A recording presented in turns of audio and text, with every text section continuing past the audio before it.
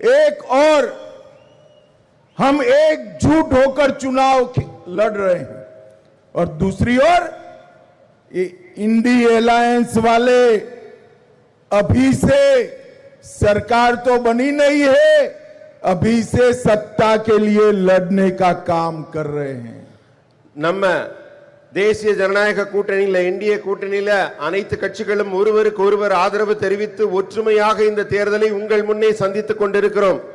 ஆனா எதிர்த்தரப்பில் இருக்க இந்தி கூட்டணியில இப்பவே ஆட்சிக்காகவும் பதவிக்காகவும் ஒருவரோடு ஒருவர் சண்டை போட்டுக் கொண்டு அடித்துக் கொண்டிருக்கிறார்கள். और आप देखिए वीसी के सीपीआई और सीपीआईएम पहले ही इंडी अलायंस छोड़ चुके हैं. சிபிஐயும் சரி சிபிஐஎம்மும் சரி அவங்க ரெண்டு பேரும் இப்பவே இந்தி கூட்டணியில இருந்து தனித்து போய் போட்டியிடுறாங்க. और डीएमके और कांग्रेस भी 5 सीटों पर एक दूसरे के खिलाफ लड़ रहे हैं. அது சரி திமுகவும் காங்கிரசுமாவது ஒன்னா இருக்கான்னு பார்த்தா அவங்களும் 5 தொகுதியில ஒருத்தரோட ஒருத்தர் மோதி கொண்டு மல்லுக்கு நிக்கிறாங்க. और जब एनडीए में बीजेपी, रंगास्वामी जी की पार्टी, एलजेके और एआईडीएमके सभी एक मुश्त होकर चुनाव लड़ने के लिए मैदान में है. ஆனா என்டிஏ கூட்டணியில் இருக்க நம்முடைய கூட்டணி அரசு கூட்டணி கட்சிகள் அத்தனையும் பாஜகவாகட்டும், திரு என்ஆர் காங்கிரஸ் ஆகட்டும், எல்ஜேகே ஆகட்டும், அஇஅதிமுக ஆகட்டும், அனைத்து கட்சிகளும் ஒன்றோடு ஒன்று உறுதியாக நின்று ஒரு ஒற்றுமையை பறைசாற்றிக் கொண்டிருக்கிறோம். भाइयों बहनों, नारायण सामी की सरकार थी, मेडिकल कॉलेज में पीजी और डिप्लोमा सीटों की खुलेआम बिक्री हुई. वहां तक कि दलित भाई बहनों के लिए रिजर्व सीटें भी उन्होंने रिजर्वेशन के अलावे बेच डाली. நாராயணசாமி ஆட்சி காலத்தில் என்னங்க நடந்தது? ஊழல் தான் உச்சத்தில் இருந்தது. மருத்துவ கல்லூரியில இடஒதுக்கீட்டில் கொடுக்க வேண்டிய சீட்டை கூட கூவி கூவி விலைக்கு விற்றார்கள். பட்டியலின சகோதரர்களுக்கு கிடைக்க வேண்டிய உரிமையோடு கிடைக்க வேண்டிய இடஒதுக்கீட்டு சீட்டை கூட அவர்களுக்கு கொடுக்காமல் அவை எல்லாம் லஞ்சத்திற்காக விலை பேசப்பட்டது. केक की रिपोर्ट ने बताया कांग्रेस सरकार में, डीएमके सरकार में 15,000 करोड़ के विकास के फंड का घपला हुआ है. நம்ம அறிக்கைப்படி நீங்க பாத்தீங்கன்னா 15,000 கோடி ரூபாய் அளவிற்கு காங்கிரஸ் அரசும் திமுக அரசும் இந்த சென்டெக் என்கிற மோசடியில் ஈடுபட்டிருக்காங்க. ये जो 15,000 करोड़ रुपया है वो पुदुचेरी का 3 साल का बजट होता है. 3 साल का. இந்த சிஏஜி அறிக்கையில சொன்ன 15,000 கோடி ரூபாய் ஊழல் இருக்கே, இந்த பணம் இருந்தா 3 ஆண்டு காலம் புதுச்சேரிய வளர்ச்சி பாதைக்கான பட்ஜெட்டே போட்டிருக்கலாம். कांग्रेस डीएमके के शासन में बेरोजगारी 47% तक पहुंच गई थी. காங்கிரஸ் திமுக ஆட்சி காலத்துல வேலையில்லா திண்டாட்டம் 47% உயர்ந்திருந்தது. अब आज की डेट में एनडीए के शासन में 47% से कम होकर 4.3% पर लेकर आए हैं. நம்முடைய ஆட்சி காலத்துக்கு வந்தோடனே இந்த வேலையில்லா திண்டாட்டம் ஒழிக்கப்பட வேண்டும், இளைஞர்களுக்கு வேலை கிடைக்க வேண்டும் என்று எடுத்த தொடர் முயற்சியால இந்த 47% குறைக்கப்பட்டு வெறும் 4.3% குறைக்கப்பட்டது. भाइयों बहनों, अभी 2 दिन पहले राहुल बाबा पुदुचेरी में आए थे. அன்பர்களே, 2 நாள் முன்னாடி ராகுல் காந்தி அவர்கள் புதுச்சேரிக்கு வந்திருந்தாங்க. उन्होंने यहां बताया कि गल्फ वॉर के कारण, अमेरिका और ईरान के युद्ध के कारण भारत में पेट्रोल के दाम बढ़ गए. அவர் சொன்னாரு, இந்த வளைகுடா நாட்டில் நடக்கும் போரின் காரணமாக இங்கே இருக்கிற பெட்ரோல், டீசல் இவற்றின் விலை எல்லாம் மிக மிக அதிகமாக விலையேறி கொண்டிருக்கிறது. அரிதிலும் அரிதாக கிடைக்காமல் போய்க் கொண்டிருக்கிறது என்று கூறி சென்றிருக்கிறார். भाइयों बहनों, उनकी बात तो सही है। पेट्रोल के दाम बढ़कर 458 रुपीस हो गए हैं और डीजल के दाम बढ़कर 520 रुपीस हो गए हैं।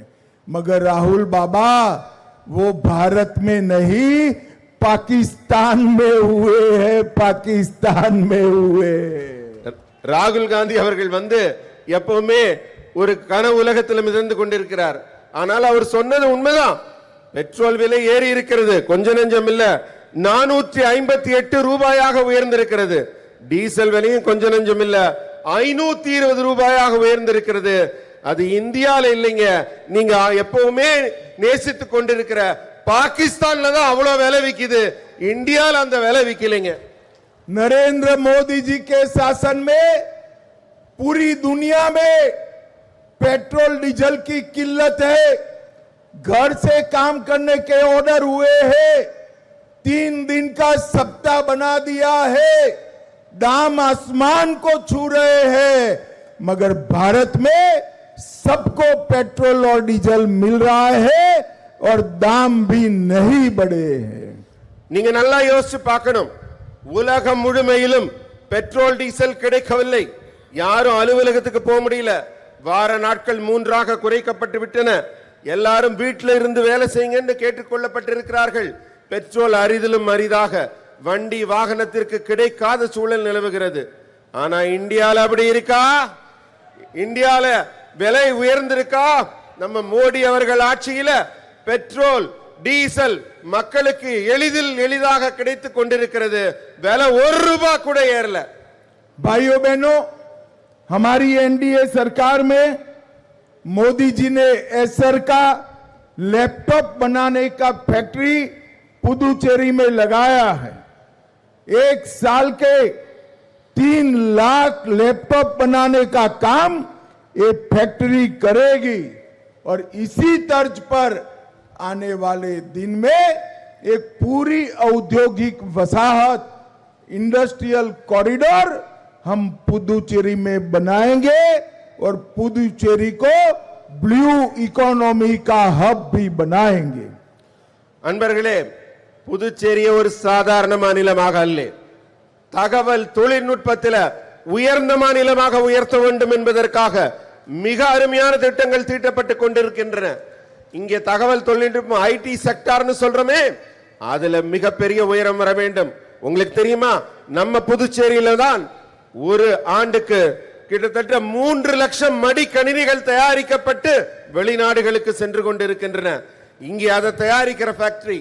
அதே போல இன்னும் பல்வேறு ஐடி செக்டார்ல, தகவல் தொழில்நுட்பத்துல புதுச்சேரியை ஒரு முன்மாதிரி முன்னேறிய மாநிலமாக மாற்ற நாம் உறுதி பூண்டிருக்கிறோம். भाइयों बहनों, हमने हमारे घोषणा पत्र में मछुआरे के फिशिंग बैंड सहायता को 8,000 रुपये से 8,000 रुपीज से इंक्रीज कर 12,000 रुपीज तक पहुंचाने का निर्णय किया है। புதுச்சேரியோட வாழ்வாதாரமாக திகழும் மீனவர்களின் வாழ்வாதாரத்தை உயர்த்துவதற்காக நம்ம தேர்தல் அறிக்கையில சொல்லியிருக்கோம். அவர்களுக்கு கொடுத்து கொண்டிருக்கும் உதவித்தொகை 8,000 ரூபாயிலிருந்து 12,000 ரூபாயாக உயர்த்தப்படுகிறது. पीएम किसान को 6,000 रुपया से बढ़ाकर 9,000 तक ले जाएंगे. பிரதம மந்திரியின் விவசாயிகளுக்கான உதவித்தொகை 6,000 ரூபாயிலிருந்து 8,000 ரூபாயாக உயர்த்தப்படுகிறது. लिंगारेड्डी पालियम और अरियूर मिलों को पीपीपी मॉडल से फिर से विकसित करने का काम एनडीए की सरकार करेगी.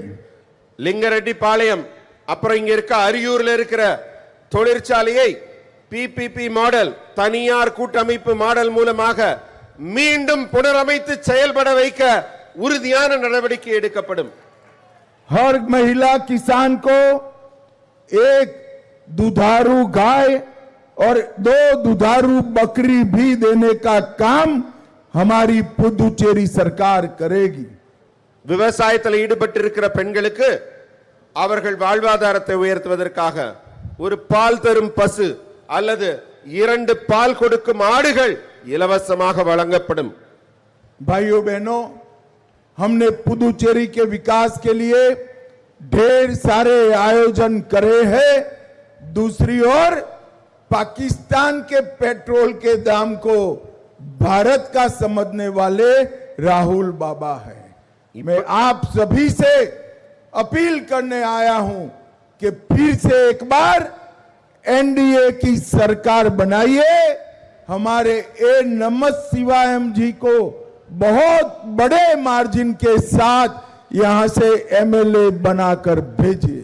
இப்படியெல்லாம் ஒவ்வொரு துறையாக பார்த்து வளர்ச்சி திட்டங்களை கொடுத்து புதுச்சேரியை முன்னேறிய மாநிலமாக ஆக்க வேண்டும் என்று நாங்கள் எல்லாம் திட்டமிட்டு கொண்டிருக்கிறோம். ஆனா உங்க ஊருக்கு வர்ற ராகுல் காந்தி அவர்கள் என்ன சொல்றாருன்னா, பாகிஸ்தானை பார்த்து அங்க ஏறி இருக்க விலைவாசியை பார்த்து இங்க தேவையில்லாம பயமுறுத்தி கொண்டிருக்கிறார்.